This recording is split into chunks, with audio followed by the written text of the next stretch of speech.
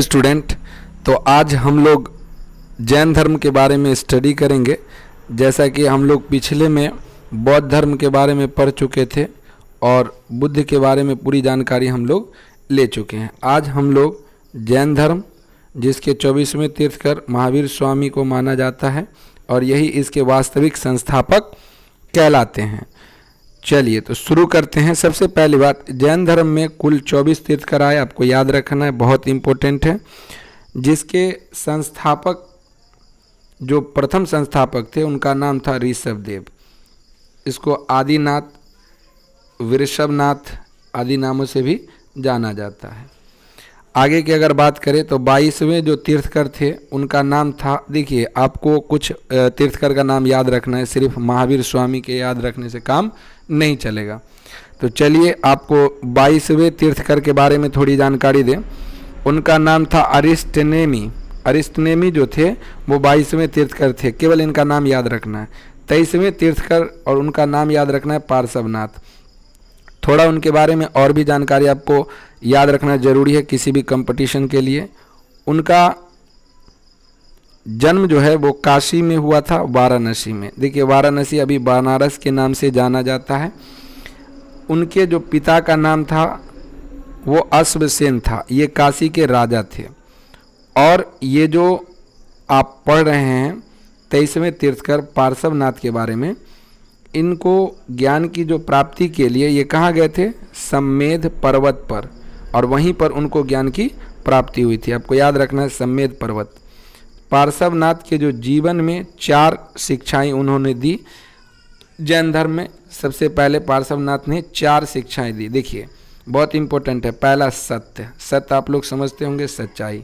दूसरा अहिंसा।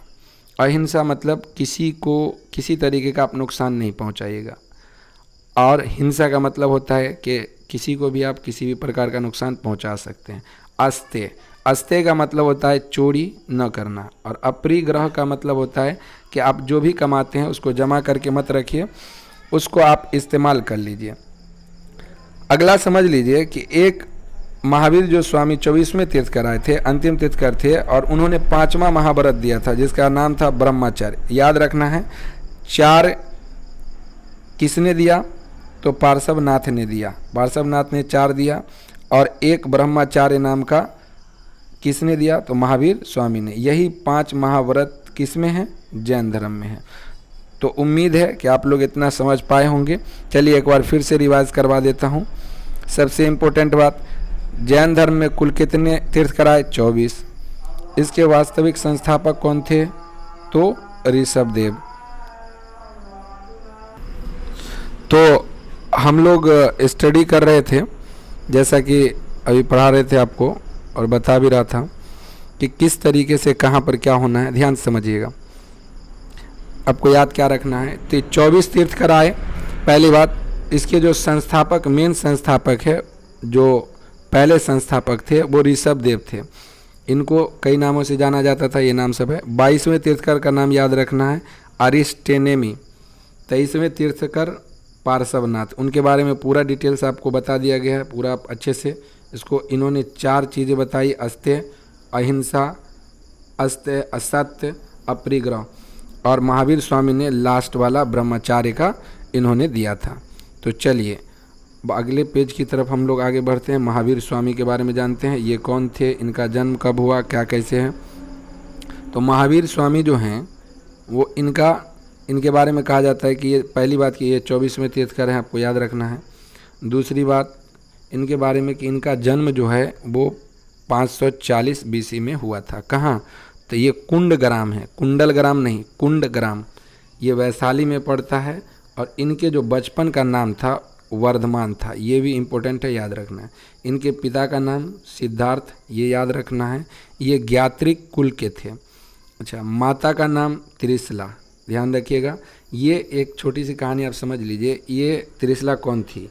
तो ये चेटक की बहन थी। चेटक कौन था? तो लिच्छवी के राजा थे, और उसी की बहन थी त्रिशला, जो कि महावीर स्वामी की माता जी थी। और एक इंटरेस्टिंग बात आप ये समझ लीजिए कि चेटक की ही पुत्री का विवाह बिंबिसार से हुआ था। आपको पता होगा हर्यक वंश का राजा था, तो हर्यक वंश का सबसे पहला राजा था बिंबिसार, और बिंबिसार का ही बेटा अजातशत्रु था, आपको याद होगा, वही बिंबिसार से हुआ था, इसीलिए वो महावीर स्वामी के रिश्तेदार भी थे।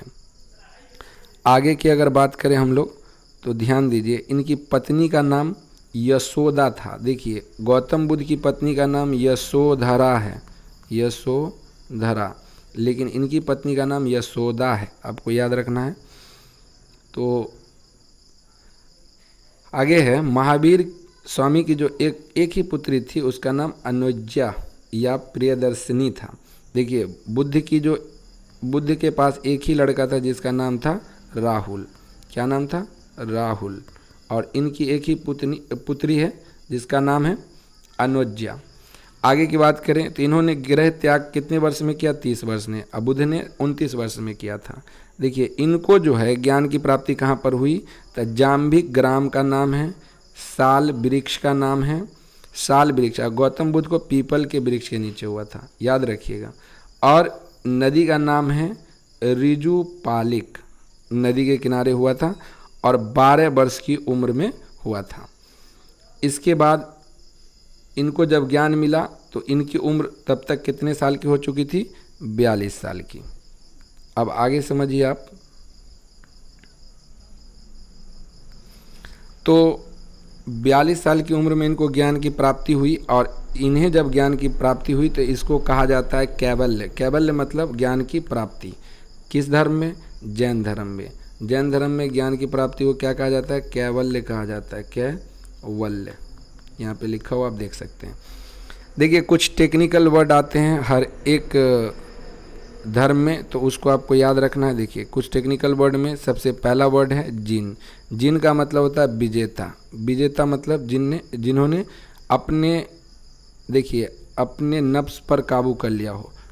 इसका मतलब ज्ञानेंद्रियों पर। ज्ञानेंद्रियाँ कौन कौन होती है आपको पता होगा, नाक, कान, ये सब जो चीज़ होती है स्पर्श करने पर, तो वो ज्ञानेंद्रियाँ कहलाती है, और वो उस पर विजय हो चुके थे। और एक है अरहत। अरहत का मतलब होता है योगी। योगी तो आप जानते ही होंगे। उसके बाद है निर्ग्रंथ। निर्ग्रंथ का मतलब होता है बंधन रहित, यानी दुनिया की महामोया, जितना भी दुनिया के अंदर में मोह माया होता है, वो मोह माया से आज़ाद हो जाना, स्वतंत्र हो जाना ही क्या कहलाता है? निर्ग्रंथ कहलाता है। और महावीर का मतलब होता है साधना के प्रति समर्पण। कहा जाता है, देखिए महावीर स्वामी जो थे वो एक ही कपड़ा पहन करके जिंदगी भर तपस्या करते रहे, जिसके कारण क्या हुआ?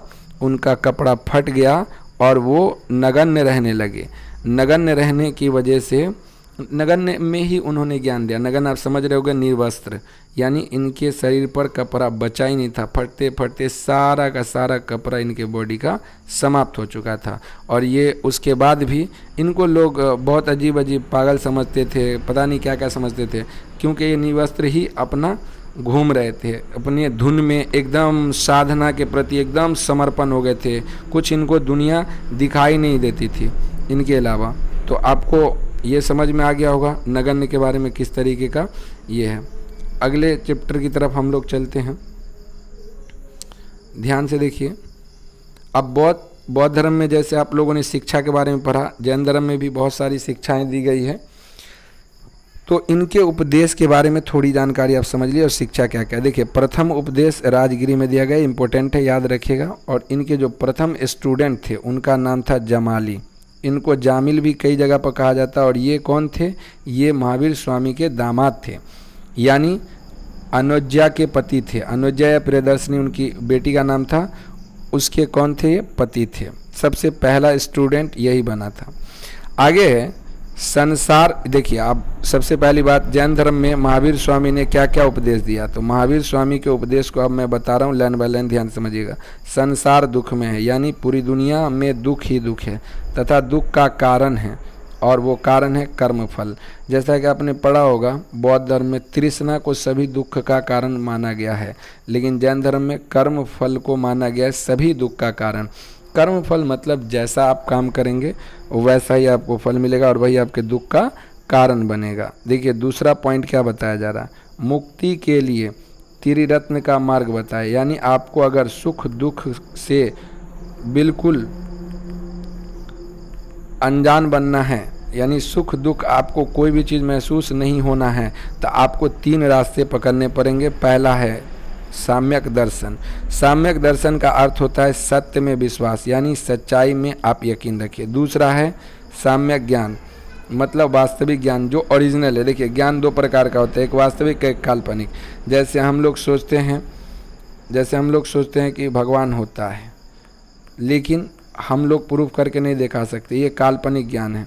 लेकिन वही चीज़ अगर कोई चीज़ दिखती है तो वो वास्तविक ज्ञान लोगों के अनुसार माना जाता है। वैसे मेरी समझ उतनी ज़्यादा इसमें नहीं है धार्मिक मामले में, इसके लिए मैं ज़्यादा इसमें आपको नहीं बताना चाहता। वास्तविक ज्ञान का मतलब जो सच है, ठीक है, वो ज्ञान पर ज़्यादा विश्वास करते हैं। और तीसरा है साम्यक आचरण, यानी ऐसा आपका व्यवहार हो, आचरण हो जिसमें सुख और दुख दोनों में एक समान हो। जैसे मान लीजिए कि आप खुश होते हैं तो बहुत अच्छे से लोगों के साथ व्यवहार करते हैं, और जब आप दुखी होते हैं तो आपका व्यवहार बिल्कुल बदल जाता होगा। तो ये जिसके साथ नहीं होता है उसको कहा जाता है साम्यक आचरण। उम्मीद है आप समझ गए होंगे तीनों का मतलब। आगे चलते हैं। आगे बताया गया कि 5 महाव्रत के बारे में मैंने आपको पहले ही बता दिया था, और अहिंसा को सबसे ज़्यादा माना गया 5 में से। हमने आपको बताया था अस्तेय, उसके बाद अहिंसा, सत्य, ये सब जो 5 ब्रह्मचारी ये सब बताए थे ना आपको, उस 5 में सबसे इम्पोर्टेंट है अहिंसा। कुछ इम्पोर्टेंट बात याद रखिए, आत्मा, पुनर्जन्म, कर्म, मोक्ष, वर्ण, इन सब में ये लोग विश्वास करते थे। देखिए आत्मा तो आप जानते ही होंगे, पुनर्जन्म मतलब दोबारा जन्म लेगा अगर किसी कारण से, अगर इस जन्म में कुछ अच्छा काम नहीं कर पाया, कुछ अधूरी इच्छाएं रह गई तो। कर्म मतलब आप जानते होंगे अच्छा काम करना है। मोक्ष तो आपको पता ही होगा, सुख दुख से बिल्कुल अलग हो जाना। वर्ण मतलब जाति वगैरह, इन सब में इनका विश्वास था, लेकिन भगवान में ये विश्वास नहीं करते थे, इसीलिए इसको नास्तिक धर्म कहा गया है। आगे समझिए क्या है, लास्ट टॉपिक है, समझ लीजिए।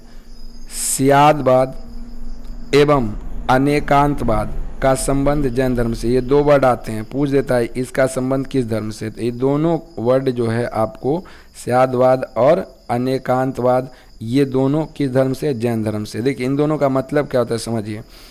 एक आत्मावादी होता है और दूसरा नास्तिक होता है। इन दोनों के बीच का जो मार्ग होता है यही दोनों है, समझ गए आप।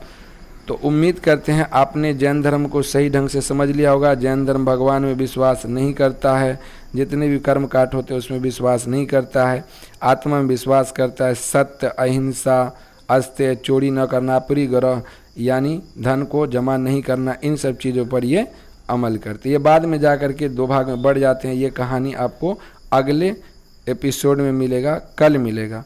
आज के लिए इतना ही, धन्यवाद। और आप लोग इसको बहुत अच्छे से उतार लेंगे, वैसे नोट आप लोगों को मिल ही गया होगा। ये क्लास 12th के लिए भी बहुत इंपॉर्टेंट है, 12th वाले भी देख सकते हैं, काफ़ी क्वेश्चन इन सब से आता है। और बाकी जो ऑल कंपटीशन, जितने भी कंपटीशन का एग्ज़ाम देते हैं आप सब में आपको ये काम आ ही जाएगा। चलिए तो आज का एपिसोड यहीं पर समाप्त करते हैं। Okay bye.